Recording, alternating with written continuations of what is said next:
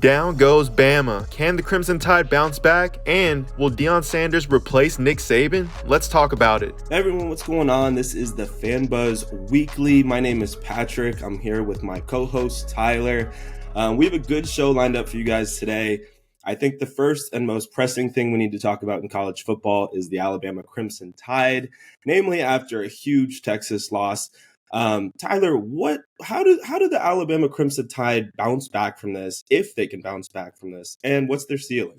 Yeah, it's tough. First off, I think we just finally got to get it out there. I think the memes can finally be done about Texas. I think Texas is finally back. I think we can stop with the questions. I think that's absolutely wild to say, but the talent was on board. I think Alabama fans can take a deep breath. I think they knew the season wasn't going to be as great as previous Alabama seasons, but that's a very good Texas team.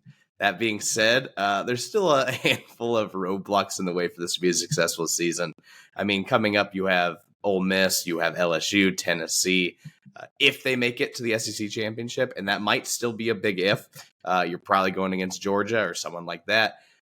It's going to be a tough season for these guys. I just think Bama fans, as used to they are as national championship success, just need to tamper expectations a bit. That being said, I think a lot of the season is going to depend on the future of the quarterback position. Does Jalen Milroe take a huge step forward? Does another guy come in and replace him as the starter? I think it's just too early to tell with this Alabama team, but we'll see. I'm sure, just knowing Alabama fans, I don't think they're going to tamper expectations. I think there's already panic in the streets. Man, I totally agree. I think it's all about the quarterback position. I mean, when you watch that Texas game, it was like Milroe was wanting to run first before wanting to throw. So I think it's going to come down to whether Saban feels like he needs to make a move at quarterback, and whether that's premature or not, we don't really know. But I mean, Jalen Milroe looks like someone who has all the talent in the world, but just has to put it together. But you can't afford to have another loss. So I think it's going to come down to Saban and whether or not he wants to make a move. He has other quarterbacks on the roster. I think that's going to really kind of hinge all their success on that. Now, speaking of Alabama, I don't know if you saw this, but Paul Feinbaum thinks that Deion Sanders could eventually replace Saban at Alabama as the head coach.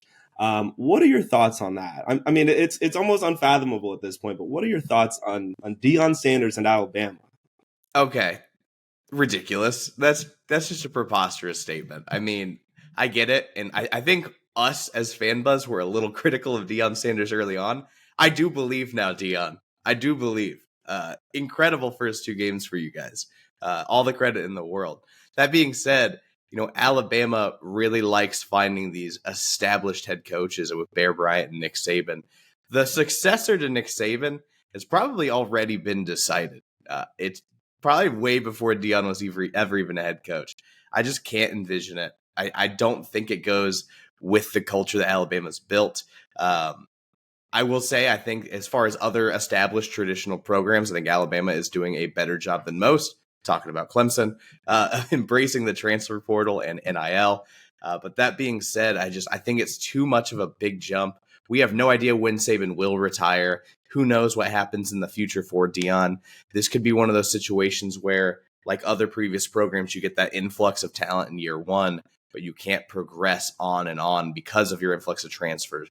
So I think that could be a huge issue long-term for Deion. Way too early to tell what the future of coaching means for Deion Sanders. In my brain, there's so many other programs I would love to see Deion Sanders become the head coach of. Alabama I can't see it. I can't see it. I want like Deion Sanders in all those Oregon uniforms and yes, swag. Oregon would be perfect. Like a cool program. And if you're Deion Sanders, like why would you want to follow Nick Saban at Alabama? How do you even follow the greatest coach of all time? Everything you do is going to be compared to Nick Saban. Like that's not even a desirable position in my opinion. Like I would not want that. And it's funny you mentioned Clemson because I feel like Dabo was mentioned as for a long time, like the successor to Saban. And now you look at, I don't know how South Clemson has gone. And it's like, well, crap, there's not really an obvious, answer as to who's going to replace Saban. But yeah, for me, I'm like, why would you want to follow Saban? Go somewhere else. You can go anywhere else at this point based on what you've done at Colorado. All right, I'm here with Will, and it's time we talk about the USC Trojans. Well, I got to ask you, who is stopping USC this season? And more specifically, who is stopping Caleb Williams? And are they the best team in the country right now? Well, no one's stopping Caleb Williams. Stopping USC doesn't mean stopping a Caleb Williams. You have to limit him, but there's no stopping Caleb Williams. We don't even know if there's any stopping Caleb Williams in the NFL. So it's definitely not happening at the collegiate level. So who can stop USC though? I don't think they're the best team in the country. I still have some questions about the defense to be the best team in football. Although they did impress me, the Stanford game did not go as I had expected. They made some good stops, but Ashton Daniels could not feel pressure at all. And I forget the name of the backup who came in. He worked hard and ran hard, but I was not enamored with his arm at all, or his accuracy. So I don't know if that was a USC dominant performance or Stanford just kind of not showing up. But three main teams that I think can stop them. Washington is the only one in the Pac-12. Don't buy Bo Nix. I don't think this Utah team quite has it. I mean, they can pull an upset at some point. They always do, but twice, because they have to play him in the conference championship. I don't know about that. But Washington, Michael Penix is running a well-oiled machine on offense with Rome Odunze and Jalen McMillan, and they have the best front seven in the Pac-12 and one of the best in the country. Braylon Trice and friends can definitely get after Caleb a little. He hasn't really been tested in that way yet, so that would be interesting to see. In the playoff, Michigan is a candidate. I could see this being either the 1-4 game or the 2-3. Michigan has a crazy, crazy defense, very experienced, and J.J. McCarthy has leveled up in an enormous way. I've been a J.J. skeptic forever, and I think he looks phenomenal. And then Georgia's Georgia. Georgia can beat anybody. So if USC runs into Georgia, they're probably in a little bit of trouble. But this offense is incredible, one of the best in the country, and Caleb's, man, he just keeps rising up my list of best college football quarterback prospects I've ever seen. Yeah, I mean, there's a reason every NFL team that doesn't have a shot this season is tanking for Caleb, or at least that's what the fans are saying, because of his playmaking ability. I think it's too early to say. Actually, no, I don't think they're the best team in college football right now, because they played San Jose State and Nevada and Stanford. And so, for me, I don't know. It's not like they have a marquee win, so I'm going to say that Texas is the best team in the country right now because of the Alabama win. I don't think it's fair to say that yet. I think the Pac-12 is actually pretty good this season, and don't they play Colorado? So that should be interesting with the Sanders crew. But yeah, I mean, to me, I'm gonna say right now Texas is the best team in the country. But as far as stopping Caleb Williams, you're right. You limit him, and you try to do that as best as possible. Until you don't. Speaking of Texas teams, we need to talk about Texas A&M after giving up 48 points to Miami. Is this the year that A&M fires Jimbo Fisher? What does he need to do to save his job at this point? Man, this could be the contract buyout that raises oil prices. It's just absolutely crazy. The amount of money that A&M's boosters are going to have to pull together to get that guy out of town. So the threshold to get rid of him, it's got to be pretty high because of how much it'll cost the university. And you also have to think about, you can't just fire someone. You need to have someone you think is better. So who's available? There's a million names we get into, but it's hard to know it right now. But it is a long year and a weak SEC. So anything is possible. This team could get into the rankings. They could kind of, they might be ranked, but they could, recover, start looking a little better, and have the season their talent suggests they can. But they still have to play Alabama at home in Texas, but then they have to visit Tennessee, Ole Miss, and LSU.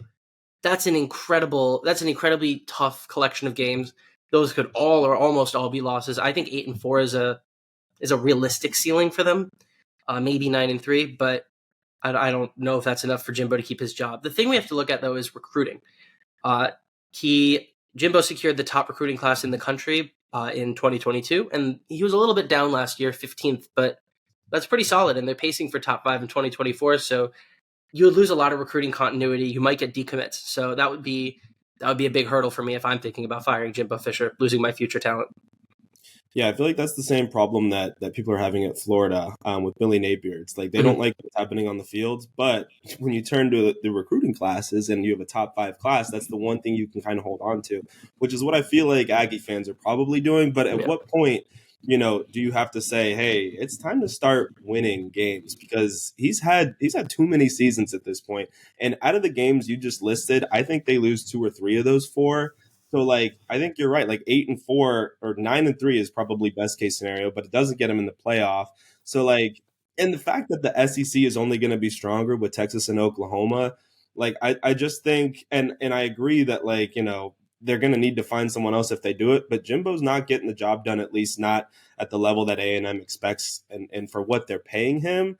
So, like, for me, I think this is the season. I think this is it. If he doesn't put it all together, and obviously the Miami loss isn't a great start, I think Jimbo's gone after this season. So let's talk about this weekend. Not exactly a great slate of college football games. I don't think we have any top 25 matchups. So there's the potential for upsets, obviously, because of that.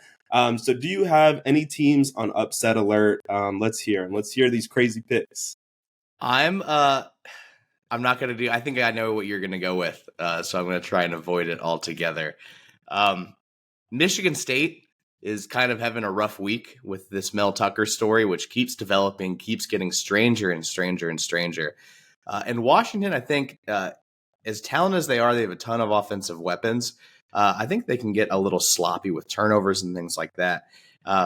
It could be a blowout. I imagine the line for this is that Washington's heavily favored, but playing in East Lansing for a team that, you know, has a lot to play for is probably going to wake up with a ton of motivation, just trying to play football and forget about everything else off the field. There's potential there for this to be a real upset alert game, just off, you know, just energy and passion. And I think that is, you know, in college football, sometimes I think it's something we gets overlooked. And if we're talking about upsets alerts, where a lot of these games are probably going to be blowouts, not going to be the closest games. There's just something about a home environment in East Lansing when you really need a win, where I think that could, you know, put the Huskies on upset notice. All right, I dig it. I'm placing my bets now. For me, no, it's not. I know you were thinking Florida over Tennessee. Yep, I was. Listen, I have no faith in the Gators right now after the Utah loss. Like, I'm not even sure I want to watch this game because I'm afraid. But it is in the swamp, so you're right, maybe. But so no, that's not my pick. I'm taking Mississippi State over LSU. Oh, okay. I mean, when you look at the slate, the fact that it's at Mississippi State, it's a tough stadium to play in. They're also coming off of an overtime win over Arizona. And LSU, like, I'm not going to say they're in shambles right now, but when Brian Kelly is saying that, you know, we're not the team we thought we were or whatever, it almost feels like he's putting down his own players. So I'm not sure how they're going to respond to that, but I could see them almost throwing in the towel a little bit, being like, why should we play for you if you don't really believe in us? So you know what? I'm taking Mississippi State. I feel like that's the best option this weekend, just looking at some of these matchups. Scale of 1 to 10. How fitting would it be if Texas just lost to Wyoming? Oh my God. All the Texas's back talk, and then they just a letdown game against Wyoming. I think we're all waiting for that game that Texas just is inevitably going to let us down. It's going to be at home, too, in front of the home crowd, and they're all just going to be booing the crap out of everyone. Anyway, this was the FanBuzz Weekly with Patrick and Tyler. Make sure you guys like and subscribe for next weekend's slate. Hopefully we have some good topics for you, but we'll see you next weekend.